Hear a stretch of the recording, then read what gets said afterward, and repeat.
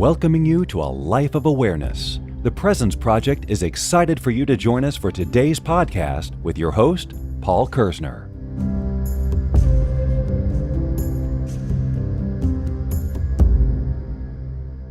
Hello and welcome to episode 4 of Are You Being Present? My name is Paul Kerzner. I want to welcome you to the present moment. I want to thank you for spending a little bit of your time today listening to this podcast. The topic is going to be enhancing your presence by changing your behavior. This is a topic that is quite important.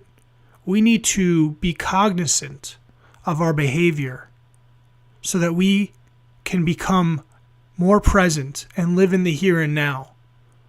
It's important for us to recognize how our reactions inhibit or enhance our ability to be in the here and now.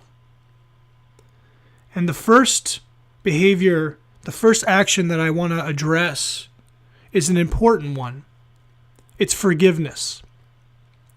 Forgiveness is an action, it is a gift that we give to others. It is a gift that we receive from others. But more importantly, it is a gift that we give ourselves. When we forgive ourselves, we allow ourselves to shift away from a past memory into the present moment. It is a powerful exercise. Oftentimes, it is important or more important for us to forgive ourselves before we can forgive other people. And you might be wondering, well, what does that mean? Why do I have to forgive myself? When we hold on to memories, we basically create self-inflicted suffering, because oftentimes the people who have hurt us have long forgotten about the event, but yet we hold on to it. We let it sit and stir inside of us. And because of that, it creates an internal sense of strife. And so the first step towards healing that is forgiveness of yourself. Forgive yourself for holding on to that. Allow yourself to release it. It's a powerful exercise and it's a gift. It really is a gift that you give yourself. By offering forgiveness to others, people who have hurt you at some point in your life, you provide them with an opportunity to let go of something that happened in the past, and you allow them to shift into the present moment. It is a powerful gift. And it is a gift that should be given freely and easily. And when we ask for forgiveness, we are asking the other person or people to allow us to let go of something that happened so that we too could shift and be in the present moment. And whether the people that you ask forgiveness for give that to you or not, what matters is that you came with a humble heart, an open heart, and you wanted to start the process of releasing and forgiving so that you can move forward and that they can move forward and that a painful memory, a painful experience can be let go. And so this is something that I want you to think about. It's something that I think about often. Forgiveness is quintessential. It is a gift.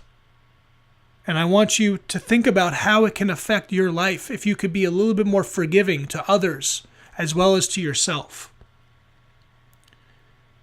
And so that gives me an opportunity to segue into letting go. A lot of times we harbor ill will, we harbor past memories, we harbor grudges. We hold on to these things. We hold on to them for many reasons. One common reason that we hold on to past memories is that we don't want it to happen again. So in some way, we're holding on to it so to say that I don't condone this and I don't want this to happen to me ever again. But what that does is that it locks that memory, that experience in, and that you're forced to relive it in different ways throughout your life. We have to learn how to let go. Because if we can let go of whatever was, then we can start living more in the present moment. And this could be harder for some people than others because letting go has a lot to do with control issues. It creates control issues. But it creates an incredible amount of self-inflicted suffering. And it's not as easy for me to sit here and say, well, you should just let go. You should just forget about it. No. Only you can go through the process of letting something go, but you need to understand that whatever you're holding on to is not serving you. It's not making you happy. And if that's the case, then it's certainly not allowing you to be present. And if there's something in your life that's not allowing you to be present, then you definitely need to take the time to resolve it and alleviate it. So think about it.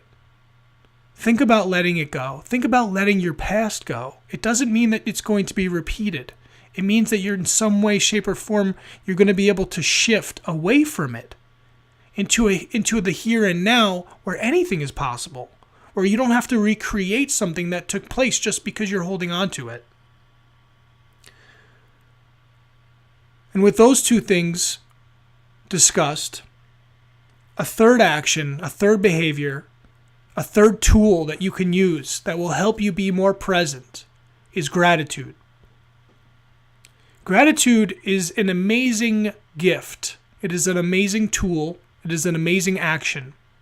It has the ability to shift us at any point in time away from a negative feeling space into a positive feeling space. It has the potential to shift your energetic being. Say if you're stuck in the past or you're thinking about something that happened that doesn't make you happy.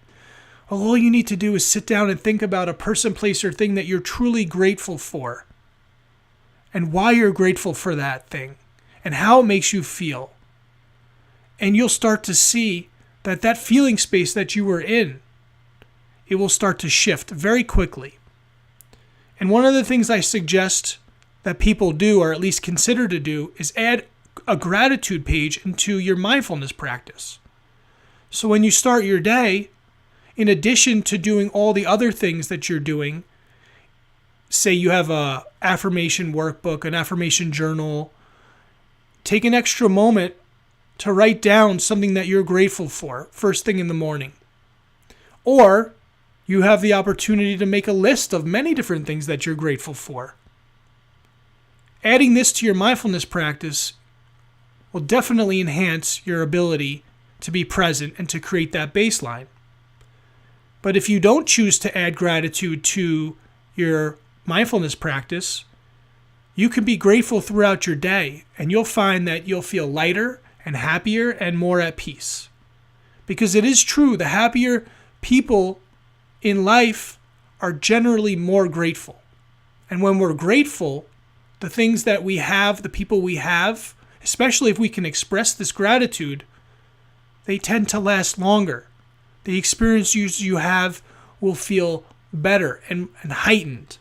And there's one more behavior that I'd like to address before I wrap things up. It's taking things personally. This is an issue for many people, including myself at times, where someone will say something. It doesn't necessarily have to be about you or about me, but we take it in, we internalize it, we make it about ourselves, and we take it personally. When we take things personally, we shift right out of the present moment into either a past state or a future worry. Something that we need to be mindful of is that when other people say or do things, it rarely has anything to do with us and has everything to do with them. But instead, what we do is we take whatever has been said or done and we internalize it. We make it about ourselves. This creates an incredible amount of suffering and is completely unnecessary. And while it's easier said than done not to take things personally, we at least need to understand that this action, this behavior, takes us out of the present moment so quickly. And so if we become more aware of the things that we have been taking personally, we at least have the opportunity to stop that behavior, to at least look at it and say, wait a second, does this really have anything to do about me? Am I really taking this in, internalizing it, creating suffering that's completely unnecessary and allowing myself to be shifted out of the present moment? And, the answer is going to be no. It's not necessary. It's not about you. It doesn't have to be like that. So the next time you encounter a situation or a person or a place that takes you into a negative state of being, take a step back. Ask yourself, really, does this have anything to do with me? And is it really necessary for me to allow this to bother me? And with that being said, I'd like to wrap things up. These behaviors that I've talked about today, these actions, these tools, these gifts are all important equally. And they should all be given equal value.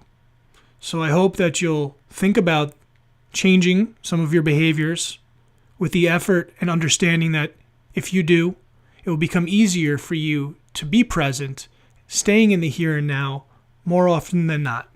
Thank you so much for taking time to listen to this podcast. I truly appreciate it. And thank you for being present with me. Thank you for listening to the Are You Being Present podcast, brought to you by the Presence Project. Remember, you have a choice. Choose to be present.